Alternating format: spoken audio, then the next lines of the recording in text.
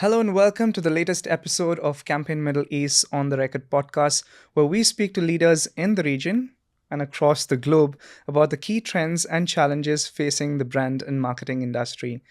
I'm Anup Oman, the editor of Campaign Middle East, and joining us today is Thomas Kolster, Mr. Goodvertising himself, the author of The Hero Trap.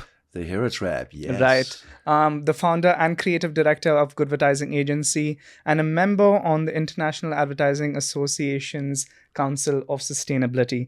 Thank you, Thomas, for joining us here today. Thank you. It's my pleasure being in Dubai. It's a pleasure to have you here. Is this your first time in Dubai? Been there many times. Seen the changes over the years, but I always enjoy being here. What's it like being on the Dubai roads right now?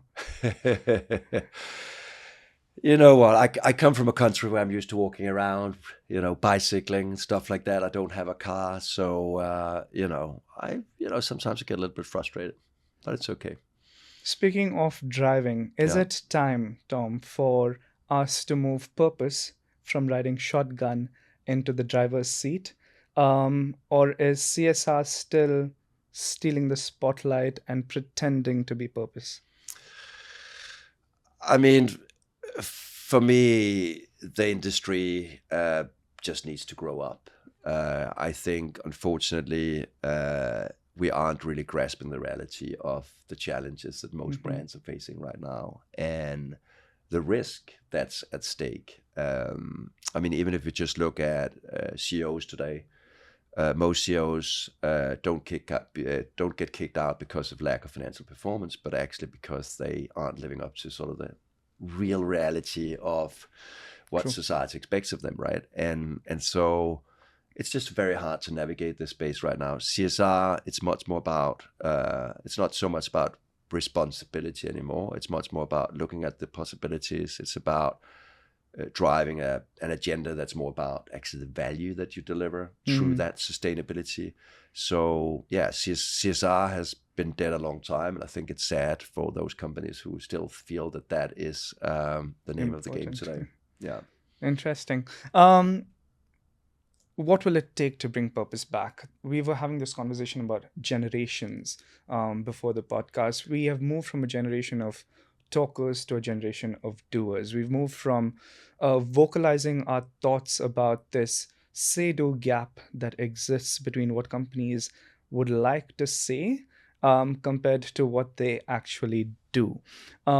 Is this going to affect purpose? Is this going to affect it in a way that we're talking about a generation now that is going beyond to actually boycotting brands and calling them out on social media, on digital? Is this going to have a positive impact on brand purpose at some point? Let's be real about it. Purpose is a little bit like Pokemon. Everybody is searching for it, but nobody really knows why. And I think the challenge in purpose has been that it's being treated like another advertising trend. For me, purpose is always relevant because for me, purpose is about creating meaningful brands. And what I mean by that is that the brands that play a meaningful role in our lives, they'll always be relevant. And so when people, Mark and others, are sort of criticizing purpose, I think they miss the bar in terms of what purpose actually really is. Brands are like people. It's a relationship between two people. And we have many different people in our lives. We have people we go to a sports game with. We have people we go out for a beer with. And that's absolutely fine. Then you have deeper relationships, people you call when you're feeling down, etc. And for me, purposeful brands are those types of brands that nurture those strong relationships. So where the purpose movement went wrong, and I was part of that in the beginning of my first book, Goodvertising, was that instead of creating brands that were truly meaningful, we did what brands have always done. So instead of now being the ones that make a toothpaste that make your teeth whiter, they're suddenly the world's best at saving the world. Right. And so that's what I realized in my second book, The Hero Trap, was in fact that, wait a moment, brands need to take the backseat. Brands need to be the ones that enable, empower people's dreams, fears, etc. And that will always be relevant. Is it time to get consumers into the driving seat then? I think our industry hasn't. Again, it's sort of, like, I don't know if you have kids, but it's 2 dogs and 2 cats. yeah, But I understand. almost the same, almost the They same. tell Yeah, us. They tell yeah. us when things aren't going the right way. Cats, If they have food that they don't like eating, yeah. the customer feedback loop is pretty obvious. Yeah. And cats especially right there. No, but I think the thing is that, it's almost like advertising feels like parents who don't want to let their teenagers go, that don't understand that these are actually people who have ideas, things they want to realize themselves. And I think it's been a fast accelerating trend from the first book, beginning of social media, to today, where, I mean, let's be honest, consumers can do everything themselves. And, I think COVID was an excellent example of how our commercial creativity was far outperformed by the creativity of regular people. There were so many amazing initiatives from regular folks. And I think we just need to realize, brands need to realize that they don't own the brand, people own the brand. And those brands who dare to open up will win. And I think this is where purpose comes very much into the driver's seat, because suddenly your brand is driven by something that people care about. Volvo around safety, Apple around creativity, Nike about athletic performance. Those are things that truly matter to people instead of just plugging products. That's such a great headline. Brands don't own the brand. The people own the brand. I was driving down from Abu Dhabi just yesterday, and I was in the second fastest lane, and I came across this car in front of me that had its indicator on. Yeah. Right. I don't know if he intended to move into the fast lane or if he just had his indicator on for the, sake of it and just forgot about it. But at some point, I reached a conclusion that either I have to overtake him or just signal him some way to say, can you just turn your indicator off? Yeah. And I feel that's such a good analogy of where brands are at.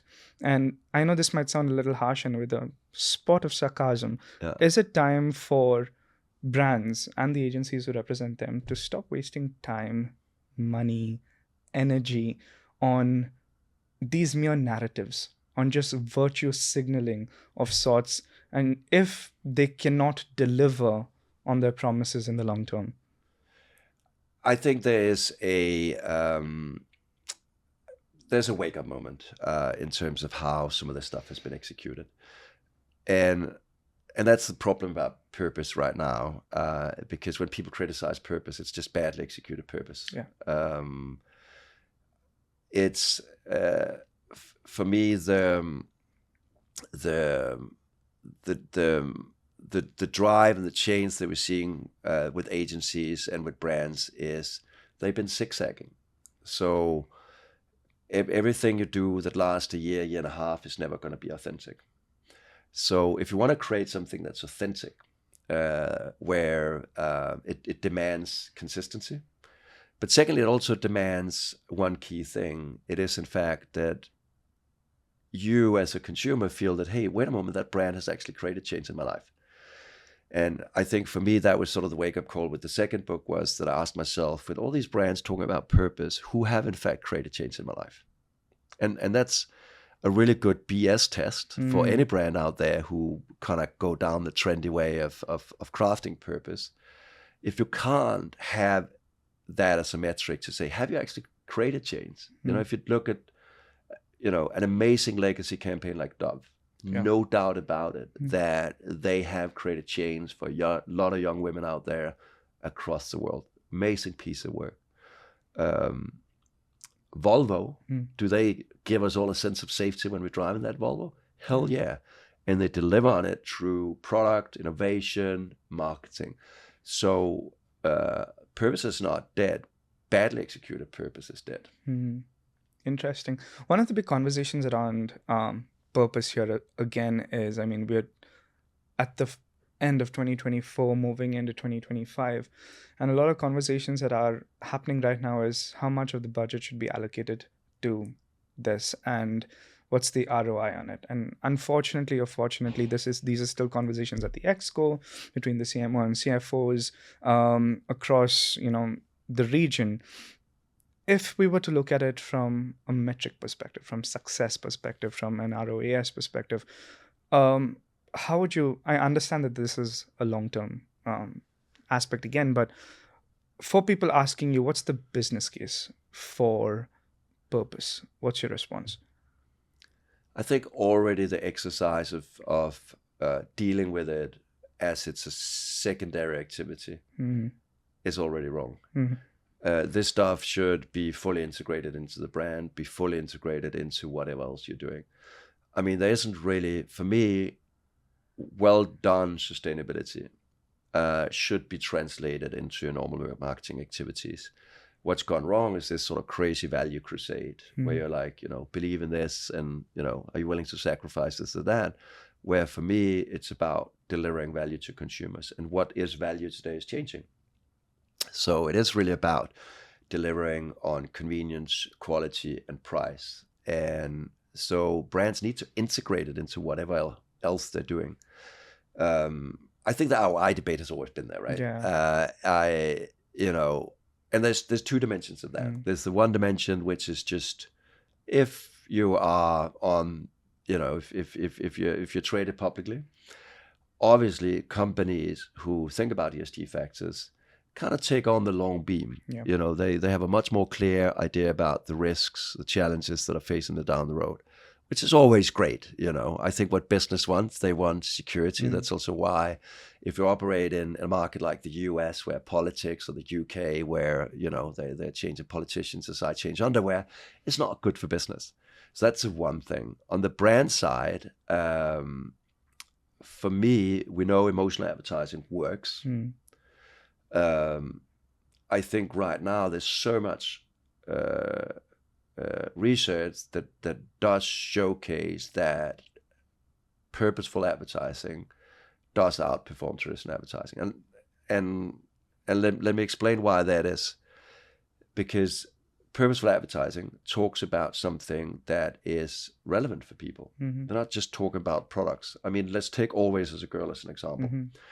I don't know how many of the women out here would be able to talk about hygiene pads for more than 5 minutes. Suddenly, Always Like a Girl talk about something we could talk about while we're driving, when we're stuck behind that, So I almost feel like purpose is basically just about being more life-centric. It's about being a coach rather than a preacher. So the business case is there, both in terms of sustainability, but I think it's also there in terms of brand safety and brand legacy. But is this also a need for us to, I mean, this goes back to the eternal performance versus brand conversation, right? Is there a need for us to pause, especially in a world of AI and data and analytics and all of this? We're looking at measurable outcomes, right? Effectiveness, so to speak. Is there a need to look beyond just our short-term metrics, short-term KPIs? What's Q1 2025 look like? What does 2025 look like? What does our year-on-year look like? And take a step back and keep these going in parallel. Keep performance, which is not bad per se, but keep brand as part of that conversation constantly. I think if people have 100% performance mindset, they shouldn't be working in advertising. They should go and work in a bank. I mean, honestly, great advertising is about taking risks. I agree. Yeah. Hollywood, let's look at Hollywood. I mean, they spend slightly more than we do on one production, a couple of billion sometimes, right? They get it wrong a lot of times. A lot of times. And even that's though, okay. even though it's tried and tested. Yeah. And that's the magic. That's what, that's why I'm in this industry. It's because it's risky, it's fun. And I think if people have this mindset of, let's test everything, it's not going to give you the right answers. I think sometimes we need to go back to those days where it was about a little bit of gut feeling. But at the end of the day, as a CMO, he or she needs to be calling those shots and say, is this something I truly believe in? Is this something I can see drive conversations? Give it a shot. I mean, advertising needs to be more playful. I mean, so I feel we are on a sort of dangerous track in terms of thinking that we can predict everything. And now with AI and all these sort of personalities that you're testing again, it's not going to take our industry into a more exciting place. Quite the opposite. I'm going to build on your quote saying advertising needs to be a little more playful. And for those brands that are doing it right, there are a lot of people doing purpose right, but I think they're stumbling on the hurdles of how to communicate that with their customers, how to communicate that with their audience. How do you show purpose in ad campaigns? Some have taken the purely data and analytics route. Let's show them the numbers, right? But there are others attempting to do this through tonality, through getting creative right, through getting humor right even. Is it the truth? Does the truth lie on either end, or is it in holding them together? I think true purpose and purpose that really works is much more of a conversation. It's almost like you're passing the steering wheel over to other people and saying, let's have a conversation about diversity. Let's have a conversation about roads and traffic in Dubai. Let's have a conversation about, so the brand is sort of like a facilitator or a coach. And that's also why I said, like, ultimately it's about transformation. The companies who understand that this is about customer transformation are the ones who do it really, really well. I mean, take a company like Lego out of Denmark. Mm-hmm. I mean, you feel pretty good as a parent when you give the toys to your kid. The kids feel pretty good about playing with this because it actually develops them in a better direction. So I think that is the real test of this, is in fact that this is hopefully, I feel, a better way forward for marketing, because it's ultimately about leadership. I always say that the best leaders I had in my life are the ones who helped me accomplish amazing things.